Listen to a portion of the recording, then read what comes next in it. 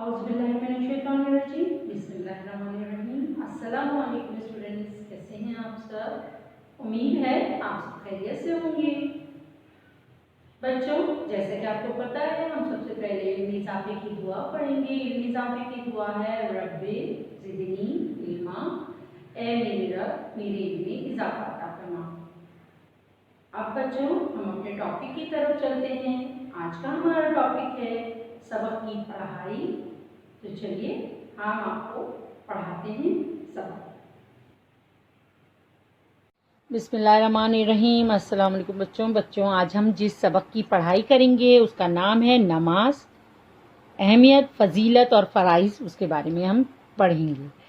इस सबक को पढ़ाने का मकसद ये है कि आपको नमाज का तारुफ बयान किया जाए, उसकी अहमियत बताई जाए, उसके अरकान बताए जाएं और नमाज बाजमात और पढ़ने के फ़ायदे और फ़राइज़ को समझाया जा सके।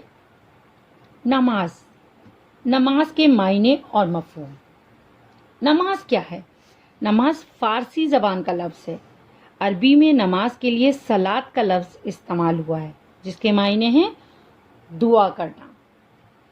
शरीयत की इस्तिलाह में नमाज से मुराद क़याम, रुकू, सजदा, ख़ास अस्कार पर मुश्तमिल ऐसी इबादत है जो ख़ास औक़ात में नबी करीम सल्लल्लाहु अलैहि वसल्लम के तरीक़े के मुताबिक अदा की जाती है।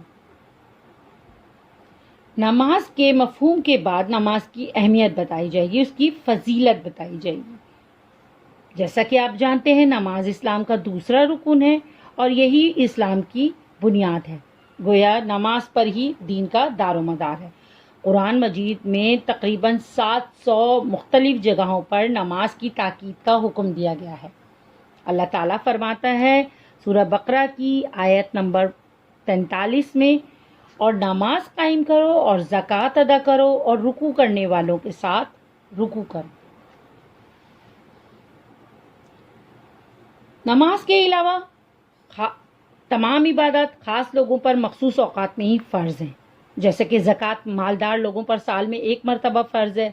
हज भी साहिब इस्तिताअत पर एक बार फ़र्ज़ है।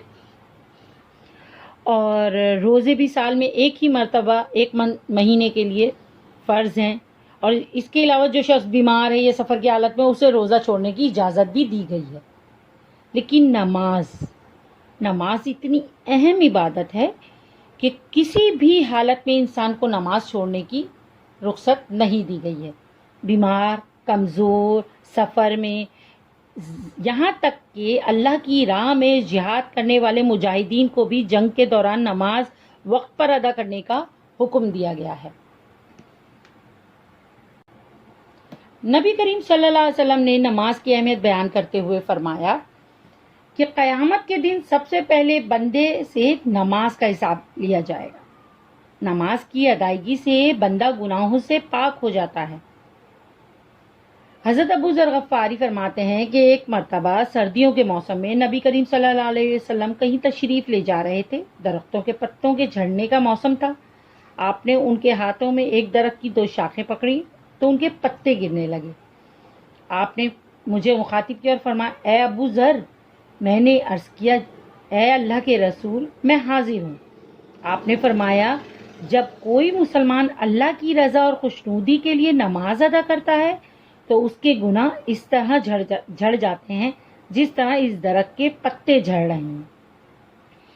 एक और मौके पर आप सल्लल्लाहु अलैहि वसल्लम ने फरमाया, अल्लाह ताला ने 5 नमाजें फ़र्ज़ की हैं। जो शख्स अच्छी तरह वज़ू करे, नमाज को खुशू व खुजू के साथ उनके वक्त पर अदा करे, रुकू ठीक तरह से करे, अल्लाह का वादा है कि वो उसको माफ़ कर देगा।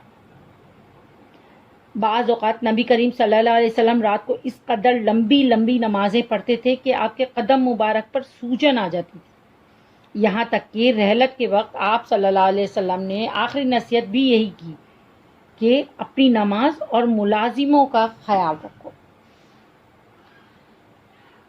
अब हम पढ़ेंगे नमाज के फ़राइज़। नमाज दुरुस्त होने के लिए 14 चीज़ें ज़रूरी हैं। उनमें से अगर एक भी रह जाती है तो वो नमाज नहीं होती। ये नमाज के फ़राइज़ कहलाते हैं। इनमें 7 चीज़ें तो वो हैं जिनका नमाज से पहले एहतिमाम करना ज़रूरी है। इनको शराइत नमाज कहा जाता है और 7 चीज़ों का नमाज के दौरान ख्याल रखना ज़रूरी है जिनको अरकान नमाज कहा जाता है। यानी जो चीज़ें नमाज से पहले करने की पाबंदी है उनको शराइत नमाज, और जो नमाज के दौरान करने का ज़रूरी है उनको अरकान नमाज कहा जाता है। शराइत नमाज, नमाज से पहले 4 शराइत को पूरा करना ज़रूरी है। सबसे पहली, नमाज के लिए इंसान का जिस्म पाक होना चाहिए और नमाज अदा करने के लिए ज़रूरी है कि बंदे का लिबास साफ सुथरा हो और उस पर कोई गंदगी ना लगी हो। नंबर 3 है, उस जगह पर नमाज पढ़ी जाए जो जगह पाक हो। नमाज के वक्त सतर छुपाना ज़रूरी है। सतर का मतलब क्या है? मर्द का सतर नाफ पेट के निचले हिस्से से घुटनों तक होता है और औरत का पूरा जिस्म सिवाय हाथ पैर और चेहरों के सतर कहलाता है। यानी आपका सतर छुपा होगा तो ही आपकी नमाज होगी। इस्लाम ने हर लिहाज से हर नमाज का एक वक्त मुकर्रर किया है। नमाज की शराइत में एक शर्त यह भी है कि नमाज मुकर्ररा वक्त के अंदर ही पढ़ी जाए। अगर नमाज मुकर्ररा वक्त से पहले अदा की जाएगी तो नमाज बिल्कुल नहीं होगी, लेकिन अगर वक्त गुजर जाने के बाद नमाज अदा की जाएगी तो वो क़ज़ा कहलाएगी। क़ज़ा मतलब ताख़ीर से अदा की गई नमाज। नमाज अदा करने के लिए क़िबला रुख होना ज़रूरी है। अगर किसी को क़िबले की सिमत का अंदाज़ा ना हो तो वो अंदाजे से क़िबले की जानिब मुँह करके नमाज पढ़ सकता है। सबसे आखिर में नमाज से पहले नियत ज़रूरी है। प्यारे बच्चों, अरकान इस्लाम महबूब क्या हैं? ये नमाज के वो 7 फ़राइज़ हैं जिनको नमाज में अदा करना ज़रूरी है। सबसे पहले तकबीर तहरीमा, फिर क़याम करना, फिर क़िरात करना, रुकू करना, सजदा करना, क़दा करना और सलाम करना।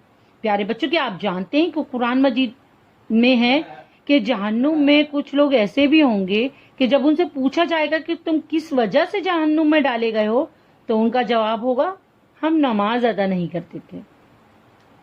यहाँ हम आपको नमाज के फ़ायदे बताते हैं। नमाज पढ़ने से अल्लाह का क़ुर्ब हासिल होता है, अल्लाह की खुशनुदी हासिल होती है। नमाज पढ़ने से दिल को सुकून मिलता है। बाजमात नमाज की अदायगी से मुसलमानों में इत्तेहाद, इत्तेफाक, नज़्म व ज़ब्त की आदत होती है। नमाज इंसान में पाबंदी वक्त की आदत डालता है। नमाज माशरती ताल्लुकात के फ़रोग़ का अहम ज़रिया है। इसका क्या मतलब हुआ? जब आप बाजमात नमाज पढ़ते हैं, मस्जिद में जाते हैं तो आप एक दूसरे से मिलते हैं, एक दूसरे के मसाइल को सुनते हैं, एक दूसरे के मसाइल के बारे में आपको जानकारी होती है जिससे आप उसकी मदद करने की कोशिश करते हैं।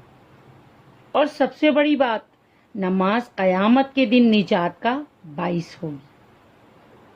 प्यारे बच्चों, यकीनन आपको समझ आया होगा। हम मिलेंगे अगली क्लास में। जज़ाकल्लाह। अल्लाह हाफ़िज़।